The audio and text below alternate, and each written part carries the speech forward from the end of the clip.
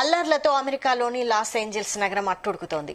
అక్రమ వలసదారుల ఏరివేత నేపథ్యంలో లాస్ ఏంజల్స్ నగరం ఉద్రిక్తంగా మారింది. అక్రమ వలసదారులపై ఉక్కుపాదం మోపుతున్న ట్రంప్ సర్కార్ ఎలాంటి ధృవీకరణ పత్రాలు లేని వలసదారులను గుర్తించేందుకు లాస్ ఏంజల్స్ లో ఫెడరల్ అధికారులు శుక్రవారం విస్తృతంగా తనిఖీలు చేపట్టారు. అక్రమ వలసదారుడిగా పేర్కొంటూ ఓ బట్టల వ్యాపారిపై దాడి చేయడంతో పాటు కొంతమంది ఉద్యోగులను అదుపులోకి తీసుకున్నారు. దీంతో స్థానికులు పెద్ద ఎత్తున నిరసనకు దిగారు.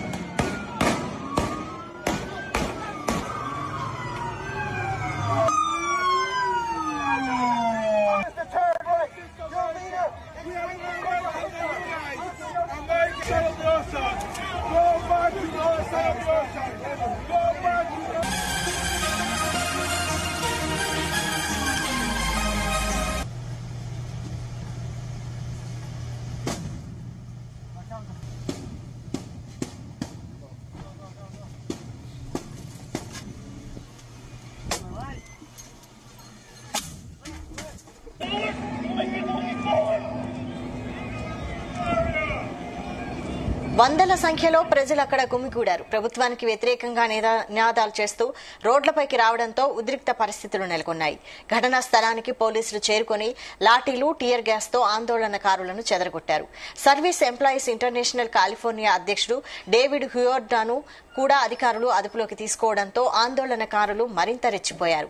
సాయంత్రం 4 గంటల సమయానికి లాస్ ఏంజల్స్ ఫెడరల్ భవనం వెలుపల వందలాది మంది గుమిగూడి ఆందోళన చేపట్టారు. డేవిడ్ ను విడుదల చేయాలని డిమాండ్ చేశారు. దీంతో ఆందోళనకారులపై అధికారులు పెప్పర్ స్ప్రే ప్రయోగించారు.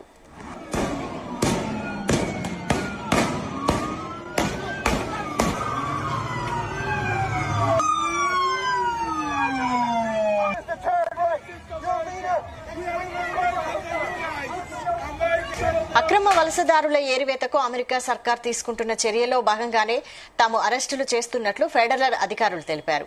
దేశవ్యాప్తంగా ఉన్న అక్రమ వలసదారులను గుర్తించి రోజుకు కనీసం 3,000 మందిని అరెస్టు చేయాలని white house aid Stephen Miller ఆమెకు ఆదేశాలు జారీ చేశారని తెలిపారు.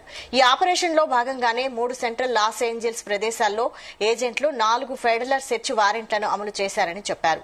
దాదాపు 44 మంది అక్రమ వలసదారులను అరెస్టు చేశామని, తమను అడ్డుకోవడానికి ప్రయత్నించిన మరో వ్యక్తిని అదుపులోకి తీసుకున్నామని పేర్కొన్నారు.